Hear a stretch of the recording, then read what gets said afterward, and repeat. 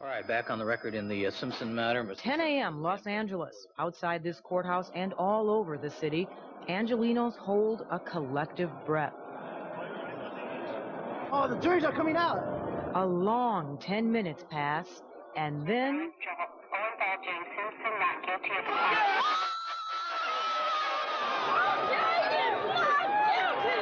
Here the crowd is mostly jubilant. LAPD guilty! The reactions do not always fall along racial lines. There are a bunch of white folks here, a bunch of white folks, a bunch of Latinos that believe that OJ was not guilty. That was not the case in two very different neighborhoods, where the reactions confirmed what the pollsters had always said. People's perceptions of the OJ Simpson verdict are largely connected to the color of their skin. We, the jury, in the above entitled action, find the defendant Orenthal James Simpson not guilty of the crime.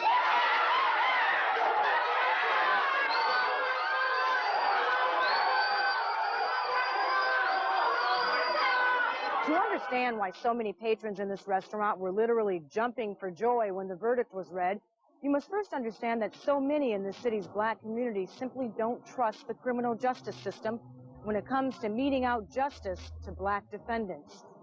Regulars at the Boulevard Cafe cheered for the former football hero as if he had scored the touchdown of his life, a victory, they said, that sent a strong message about police who live above the law.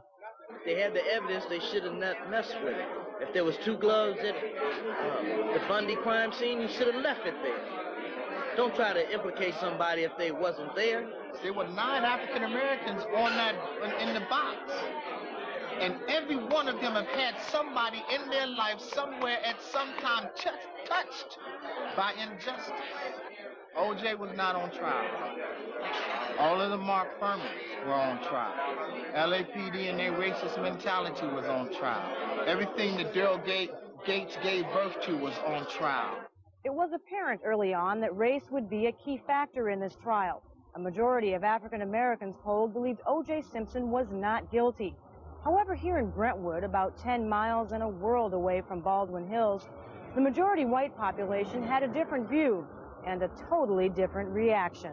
All right, Madam Foreperson, you've had the opportunity to review the verdict forms. Are they the same forms that you signed, and are they in order? We brought a TV to the Juice Club, where patrons began watching the verdict with a poker face, only to be shattered.